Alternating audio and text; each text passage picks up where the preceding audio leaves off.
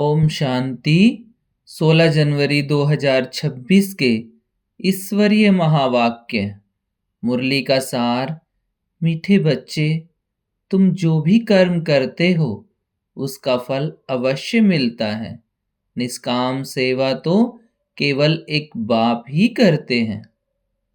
प्रश्न है, यह क्लास बड़ा वंडरफुल है, कैसे? यहाँ मुख्य मेहनत कौन सी करनी होती है?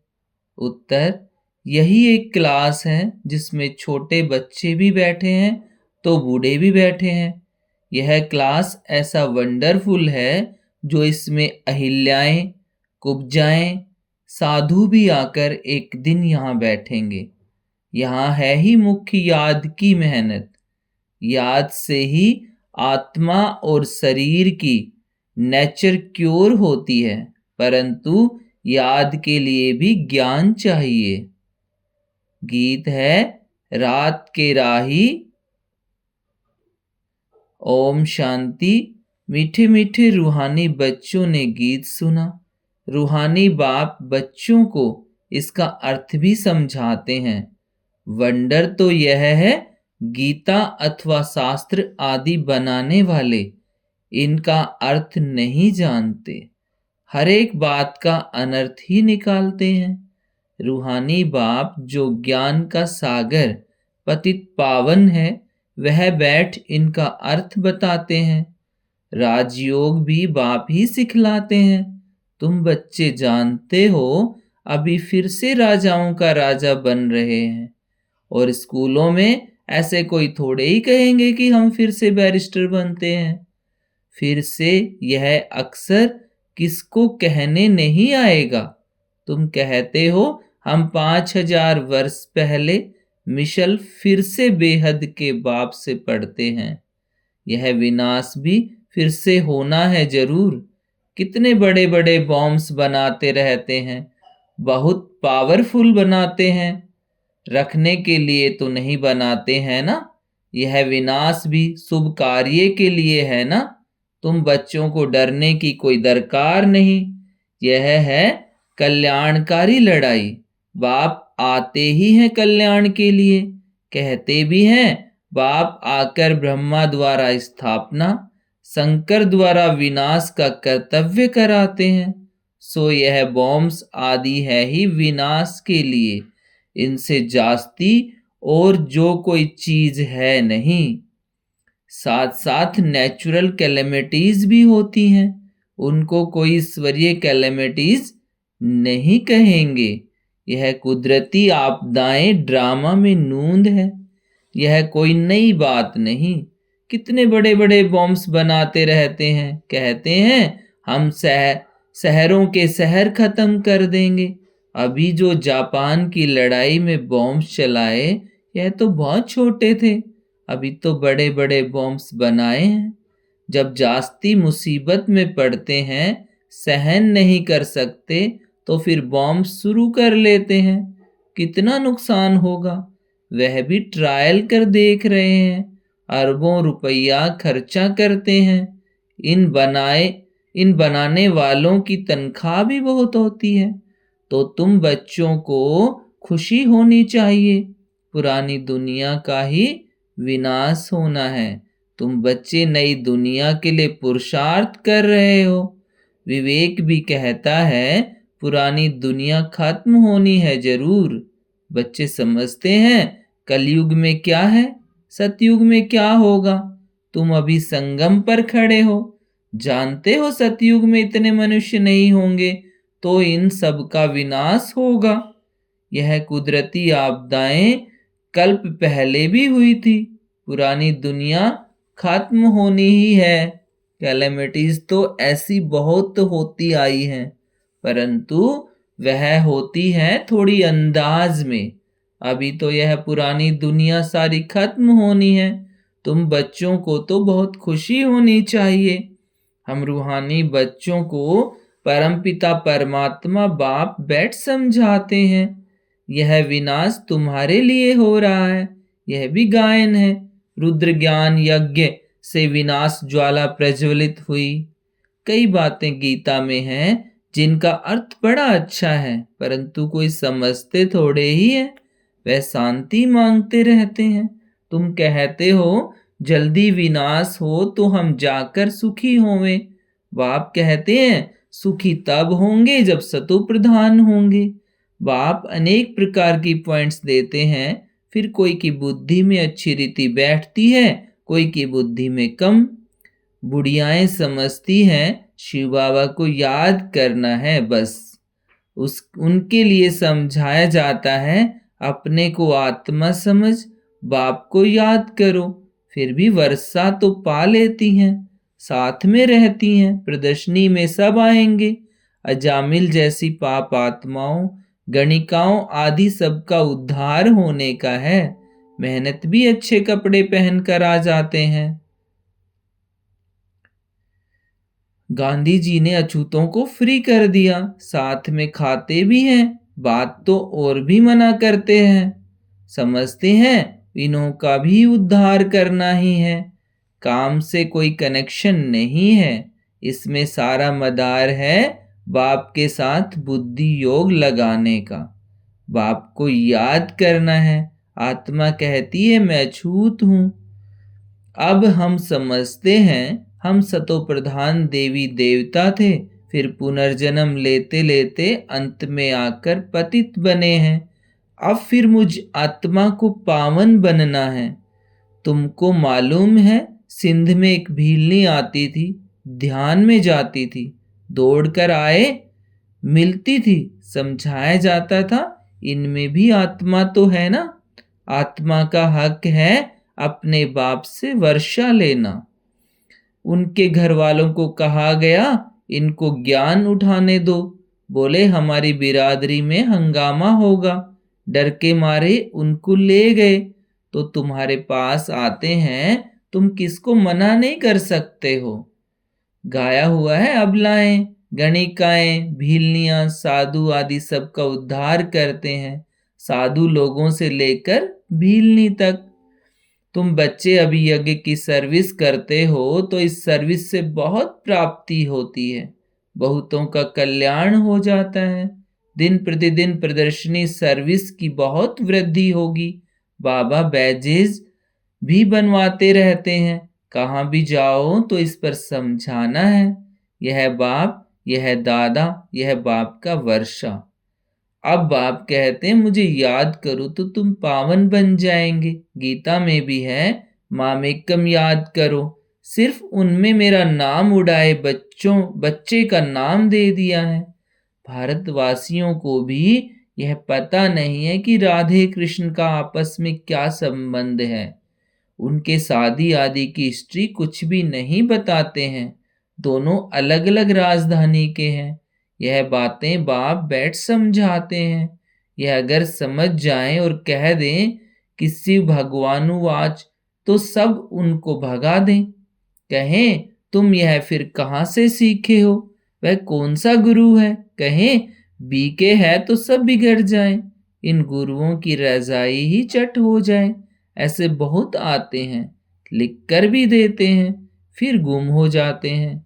बाप बच्चों को कोई भी तकलीफ नहीं देते, बहुत सहज युक्ति बतलाते हैं। कोई को बच्चा नहीं होता है तो भगवान को कहते हैं बच्चा दो, फिर मिलता है तो उनकी बड़ी अच्छी परवरिश करते हैं, पढ़ाते हैं। फिर जब बड़ा होगा तो कहेंगे अब अपना धंधा करो।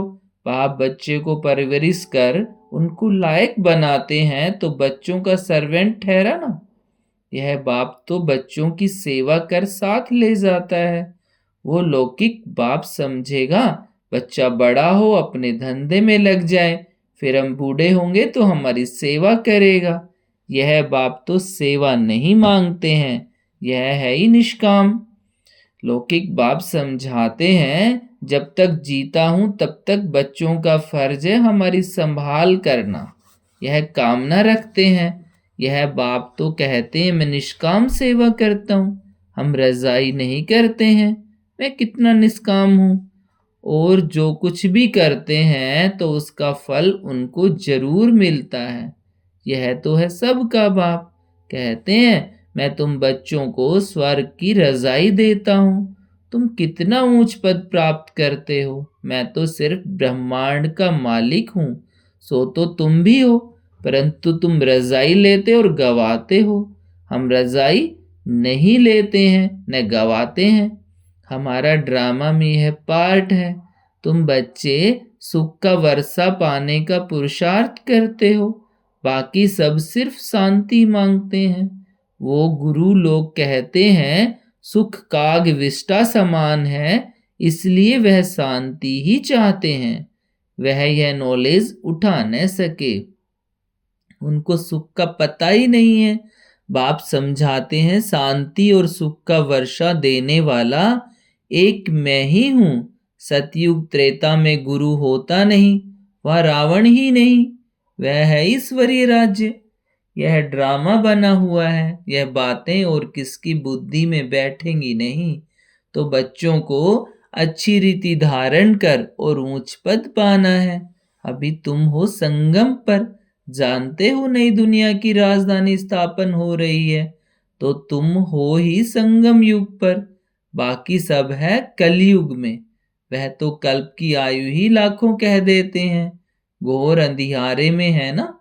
गाया भी हुआ है कुंभकर्ण की नींद में सोए पड़े हैं, विजय तो पांडवों की गाई हुई है। तुम हो ब्राह्मण, यज्ञ ब्राह्मण ही रचते हैं, यह तो है सबसे बड़ा बेहद का भारी ईश्वरीय रुद्र यज्ञ। वह हद के यज्ञ अनेक प्रकार के होते हैं, यह रुद्र यज्ञ एक ही बार होता है। सतयुग त्रेता में फिर कोई यज्ञ होता नहीं, क्योंकि वहां कोई आपदा आदि की बात नहीं। वह है सब हद के यज्ञ, यह है बेहद का यज्ञ। यह बेहद का बाप का रचा हुआ यज्ञ है, जिसमें बेहद की आहुति पड़ती है। फिर आधा कल्प कोई यज्ञ नहीं होगा, वहां रावण राज्य ही नहीं। रावण राज्य शुरू होने से फिर यह सब शुरू होते हैं।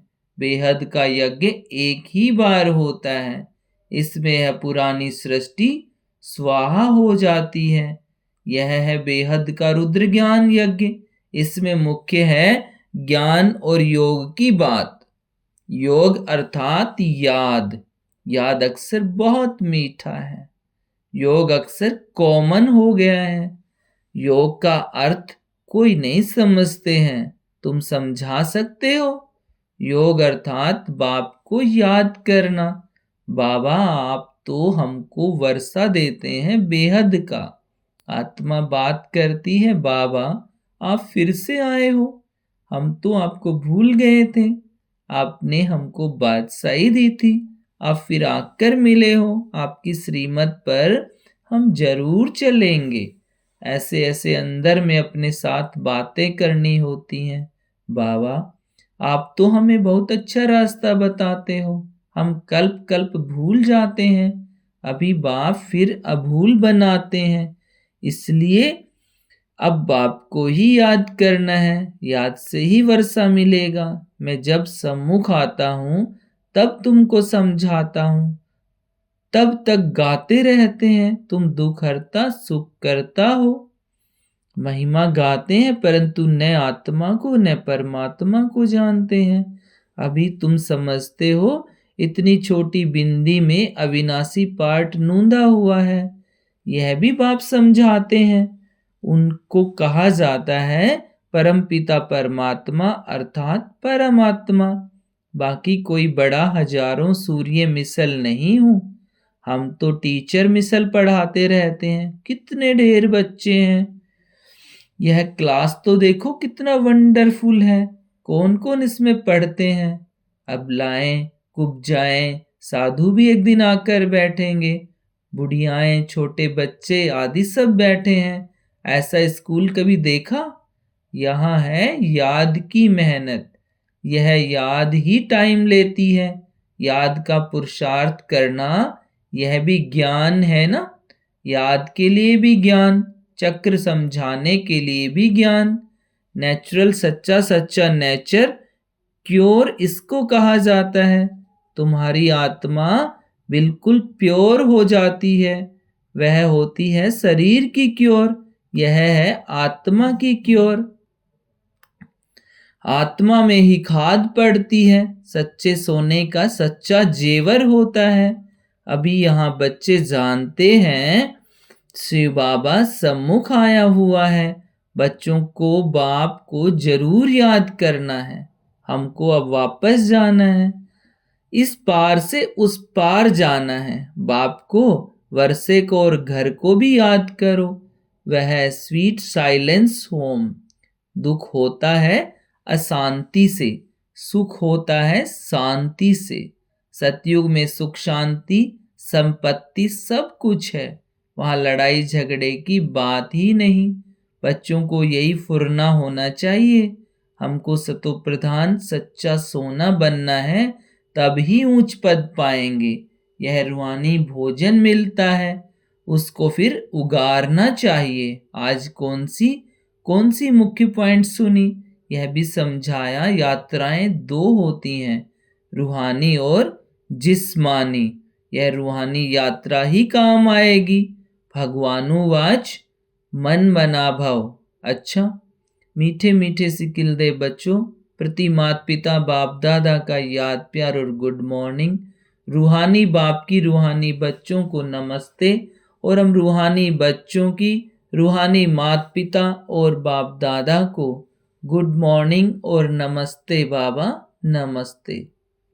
धारणा के लिए मुख्य सार है, यह विनाश भी शुभ कार्य के लिए है, इसलिए डरना नहीं है। कल्याणकारी बाप सदा कल्याण का ही कार्य कराते हैं। इस स्मृति से सदा खुशी में रहना है। सदा एक ही फुरना रखना है कि सतो प्रधान सच्चा सोना बन ऊंच पद पाना है। जो रूहानी भोजन मिलता है उसे उगारना है। आज का वरदान, स्वयं को जिम्मेवार समझकर हर कर्म यथार्थ विधि से करने वाले संपूर्ण सिद्धि स्वरूप भाव। स्वयं को जिम्मेवार समझकर हर कर्म यथार्थ विधि से करने वाले संपूर्ण सिद्धि स्वरूप भाव। इस समय आप संगम युगी श्रेष्ठ आत्माओं का हर श्रेष्ठ कर्म सारे कल्प के लिए विधान बन रहा है। तो स्वयं को विधान के रचयिता समझकर हर कर्म करो, इससे अलबेलापन स्वतः समाप्त हो जाएगा। संगम युग पर हम विधान के रचयिता जिम्मेवार आत्मा हैं। इस निश्चय से हर कर्म करो तो यथार्थ विधि से किए हुए कर्म की संपूर्ण सिद्धि अवश्य प्राप्त होगी। आज का स्लोगन है, सर्वशक्तिमान बाप साथ हो तो माया पेपर टाइगर बन जाएगी। सर्वशक्तिमान बाप साथ हो तो माया पेपर टाइगर बन जाएगी। अव्यक्ति सारे, इस अव्यक्ति मास में बंधन मुक्त रह जीवन मुक्त स्थिति का अनुभव करो। सदा जीवन मुक्त रहने का सहज साधन है मैं और मेरा बाबा, क्योंकि मेरे मेरे का ही बंधन है। मेरा बाबा हो गया तो सब मेरा खत्म। जब एक मेरा में सब मेरा मेरा समाप्त हो गया तो बंधन मुक्त हो गए। तो यही याद रखना कि हम ब्राह्मण जीवन मुक्त आत्मा हैं। ओम शांति।